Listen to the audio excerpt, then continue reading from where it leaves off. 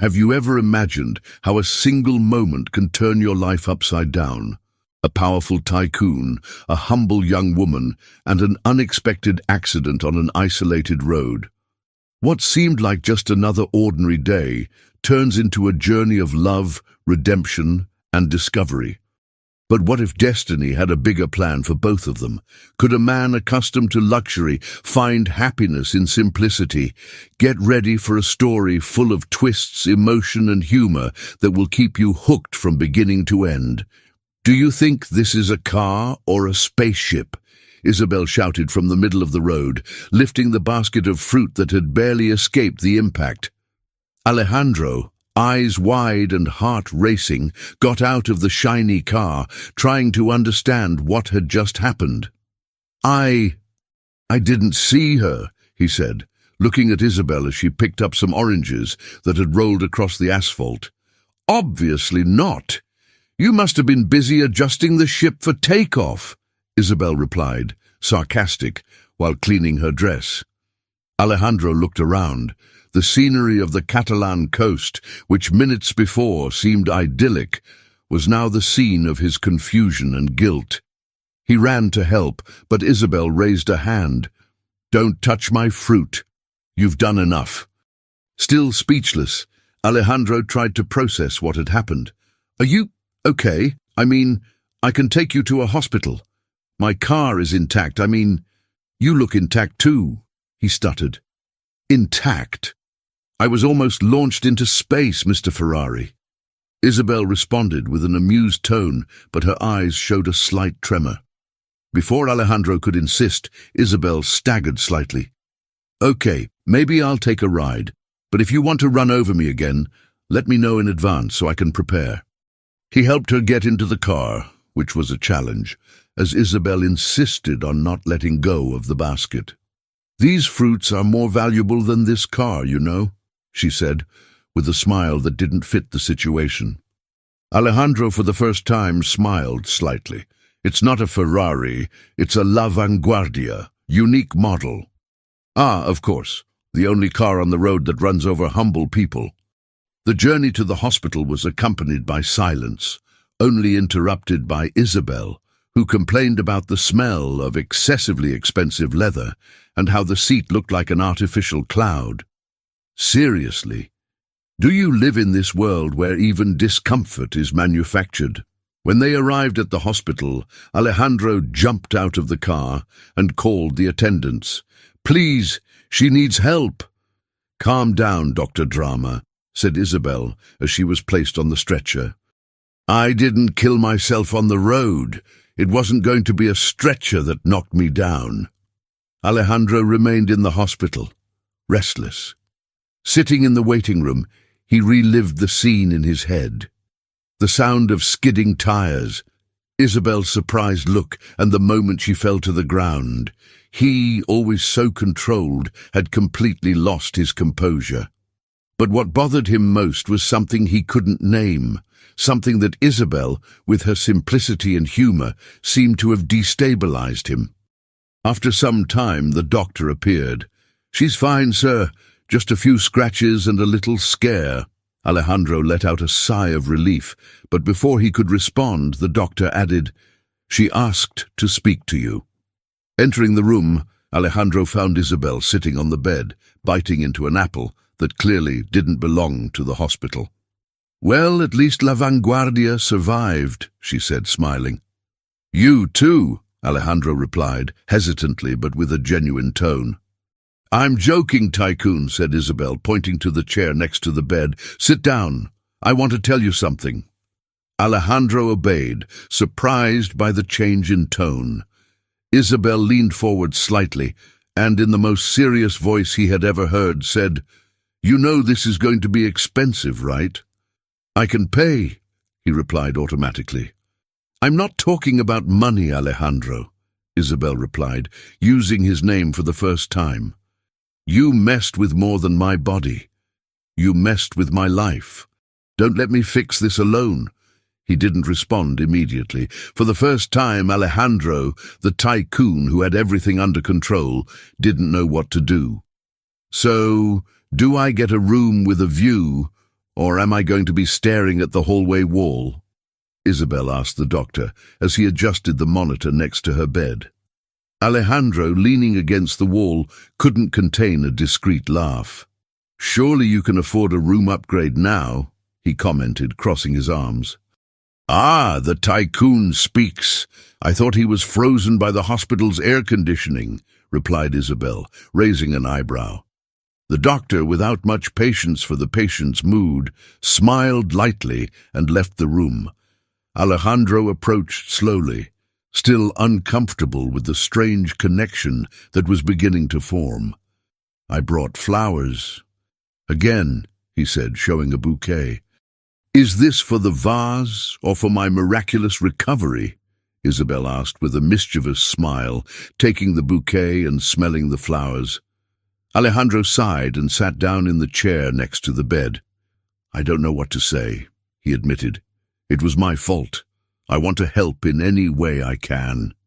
"Does it really help?" "Well, then start by taking the guilt off your face. It doesn't help me at all to see you with that funeral expression," said Isabel, with a gentler tone than she expected. They were silent for a moment. Alejandro looked at her hands, scratched and calloused, that contrasted with the luxury he knew. "Do you work on the farm?" "Yes," replied Isabel. "I grow fruit, take care of the animals, and sometimes I cross busy roads to deliver baskets that aren't worth being crushed by la vanguardias." She winked, earning another laugh from Alejandro. "I've never seen anyone handle a situation like that with so much humor," he said almost admiringly. "You should try. Laughing at tragedies is the only thing that keeps me upright, or well, almost upright now," she replied, stretching her arms as if trying to stretch. Alejandro's visits became more frequent. Each time she entered the room, she brought something new: flowers, books, or even fresh fruit, which she always compared to her own harvests. "These apples here are pretty, but they don't taste half as good as mine," he commented, biting into one. "You really have an answer for everything, don't you?" Alejandro replied, sitting down next to the bed. "Of course, it's what I do best," Isabel said with a mischievous smile. One day, while Alejandro was reading a business magazine in his room, Isabel abruptly interrupted him. "Alejandro, if you really want to help, there's something you can do for me." "Anything?" he replied without hesitation, closing the magazine. "Marry me." He blinked a few times, trying to process what he had heard. "Do you want me to marry you?" "Exactly," Isabel replied, as if asking for something trivial. "If you're so worried about the damage you've caused, give me this. I'm not asking for love or a fairy tale.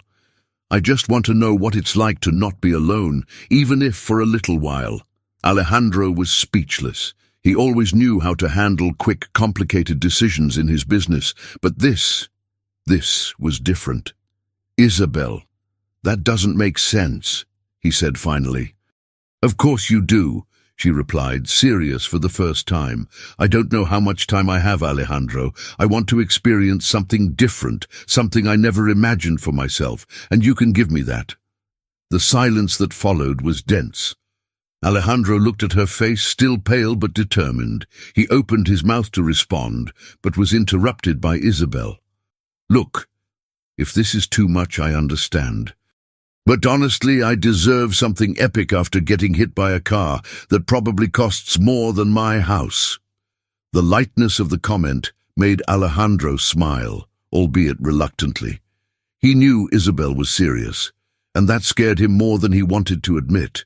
But at the same time, something inside him said that maybe she was right. "I'll think about it," he replied, with an honesty that surprised them both. Isabel nodded, looking at him with a sparkle in her eyes that Alejandro didn't know how to interpret. Alejandro entered the room with hesitant steps, carrying a small package of fresh fruit and something that looked like a wedding ring. Isabel looked at him, surprised. "Is this apples or a marriage proposal?" he joked, pointing to the package in his hand. "Both," he replied, with a smile that mixed nervousness and decision. Isabel's eyes widened. "Wait, are you serious?" You asked me to marry you, Alejandro said, sitting down next to her. So here I am, and before you ask, no, I didn't have a priest in the package. Isabel laughed, but her eyes shone with emotion. Well, I never thought that the tycoon from the Catalan coast would actually agree to something so crazy. But since you're here, will you be my partner for a life that might only last a few more weeks? Alejandro nodded, holding her hands. I accept, but only on one condition. Do you promise to keep making fun of me even when I do something right? The room was filled with laughter, and within a few hours, a small impromptu ceremony took place right there in the hospital. 2 nurses served as witnesses, and the doctor played master of ceremonies, improvising vows that included instructions not to overdo the post-wedding drama. Well, Miss Isabel, said the doctor with a humorous tone, will you promise not to use your medical condition to avoid washing the dishes in the future? I promise, she said with a wink, but only if he promises not to run over anyone else. When the small ring slid onto Isabel's finger, Alejandro couldn't help but smile.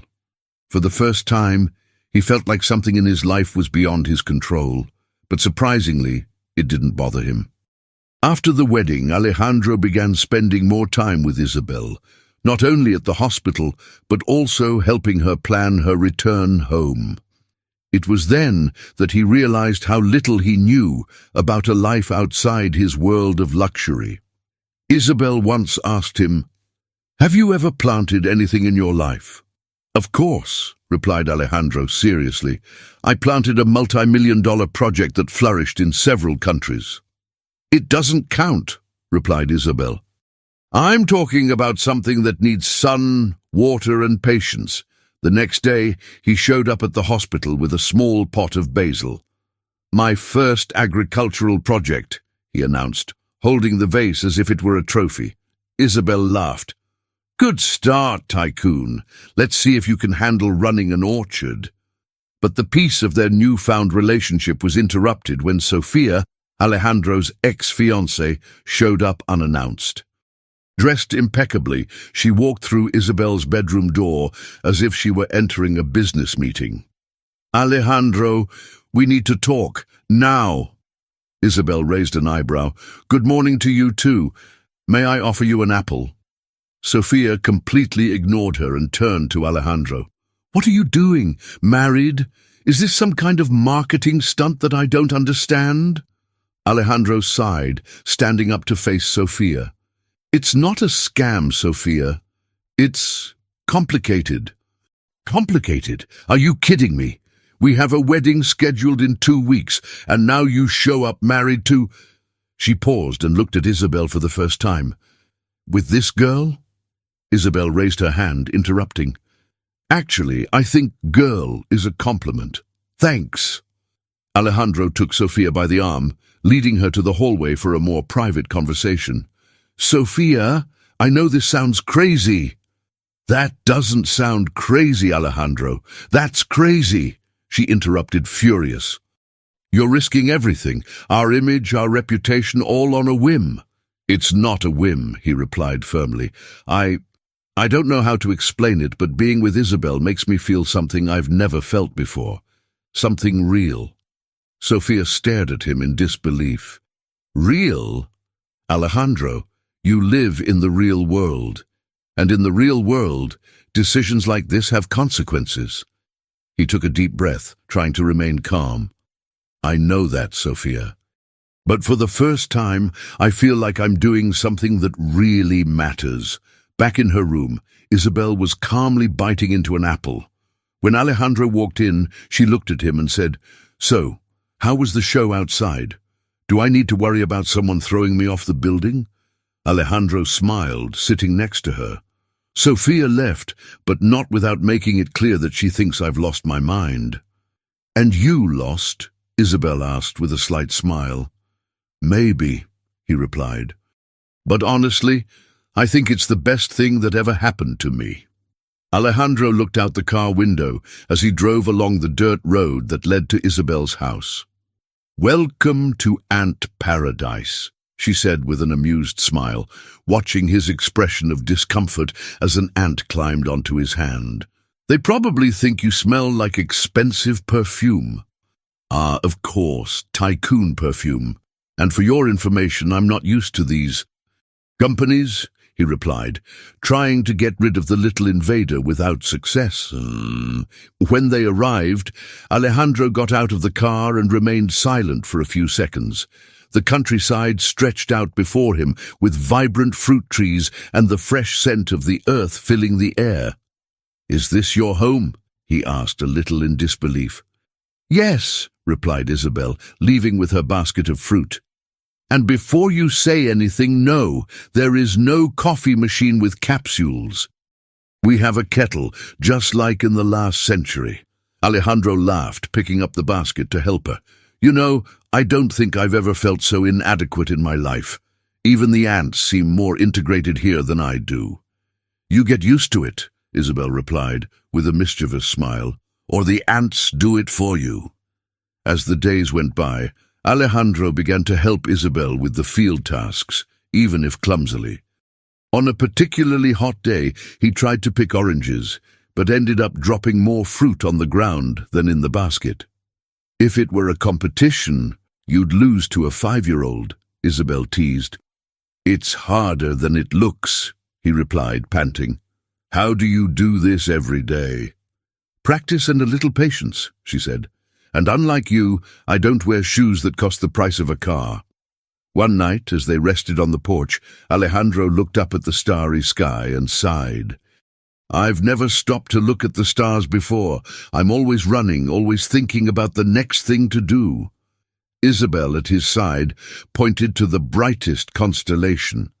"Here, you learn to stop. Country life is like the stars. You only appreciate it when you slow down." The next morning, while Alejandro was trying to light a fire to cook, Isabel appeared laughing. "What is this? A mating ritual for ants?" "Don't judge me," he replied, frustrated. "I don't think my wealth can buy fire skills." "Not with hoes, not with crops," completed Isabel, handing him a mug of tea. "But you're learning." However, the moment of tranquility was interrupted when a luxury car parked at the entrance to the farm. Sophia came down, elegant as always, with her face marked by determination. "Alejandro, can we talk?" Isabel walked away discreetly, but Alejandro grabbed her arm. "No, you stay. There's nothing Sophia says that I can't hear in your presence." Sophia crossed her arms, looking around with disdain. "So that's it. You traded everything for this?" "Yes," Alejandro replied calmly. "Because for the first time, I feel like I have something money can't buy." Sophia gave a bitter laugh. "This is a joke, right?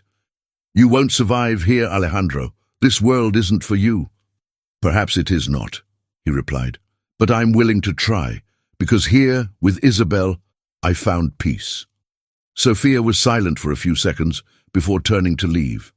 "I hope you don't regret it," she said before getting into her car and disappearing down the road.